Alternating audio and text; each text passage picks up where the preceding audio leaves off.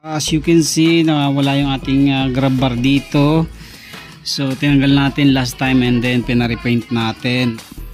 So ito na yung ating grab bar. Aw, ganda oh. So nai-install na natin yung ating bagong repaint na grab bar. Okay, oh ganda oh. So bumagay na dun sa ating look.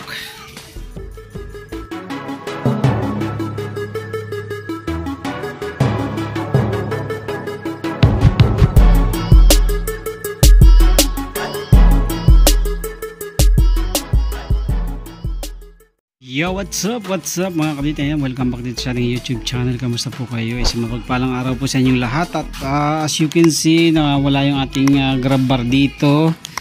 So tinanggal natin last time and then pina-repaint natin. At ito na nga yun, yung pina-repaint natin. So nilinis natin to nung linggo. Oh, wow na wow, ganda oh. Powder coat din to mga kadwit. So terno siya nung ating crankcase. Ayan. Medyo ano to, hindi sintingkad nung itim na yun. So ito na yung ating grab bar. Aw, ganda oh. So sasalpak natin siya dito para magkaroon na ng hitsura na maganda ang ating wave. Ayan oh. See? So once na naikabit na natin yan, ay mas lalong gaganda na yan. So unti-untiin lang natin. Ito pa, re-repaint natin to. So medyo hindi pa natin kayang sabay-sabayin, tsaka medyo magastos din eh. So unti-untiin lang natin. Yan, nakakabit natin na ganyan para makita natin ang itsura. Oh, see? Ganda oh. So ito lang medyo napaknit na kasi naglagay kasi yung may-ari nito ng yung bubong na parang payong. So dito nakatali dyan, kaya nagkaroon ng gasgas. So plan natin, lalagyan na natin ng sticker yan. Ayan oh, ganda na oh. So higpitan lang natin yan at para gumanda na siya. Okay, higpitan lang natin.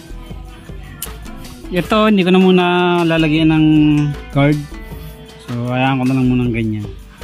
Tapos itong shock, plano ko bibili ako ng ilan ba ito, 330. Bibili ako ng 330 kasi ito may lifter, sumubrang taas naman oh.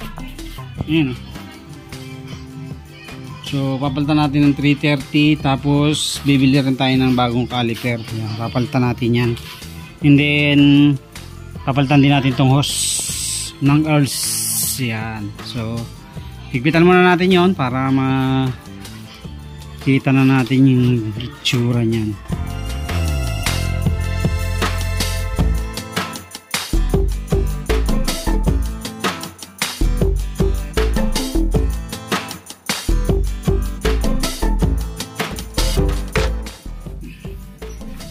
Okay, so yan na mga kadwik.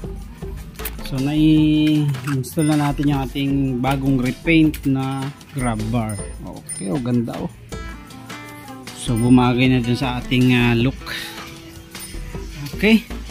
So yun lang mga kadwik, in-install lang natin para hindi na magasgas. Baka mahulog pa din sa semento dahil nakatambak na yung ilang araw dyan. Hindi natin na-install dahil may pasok tayo eh. So ngayon walang pasok kaya na-install na natin. Okay, thank you very much. God bless po sa inyo.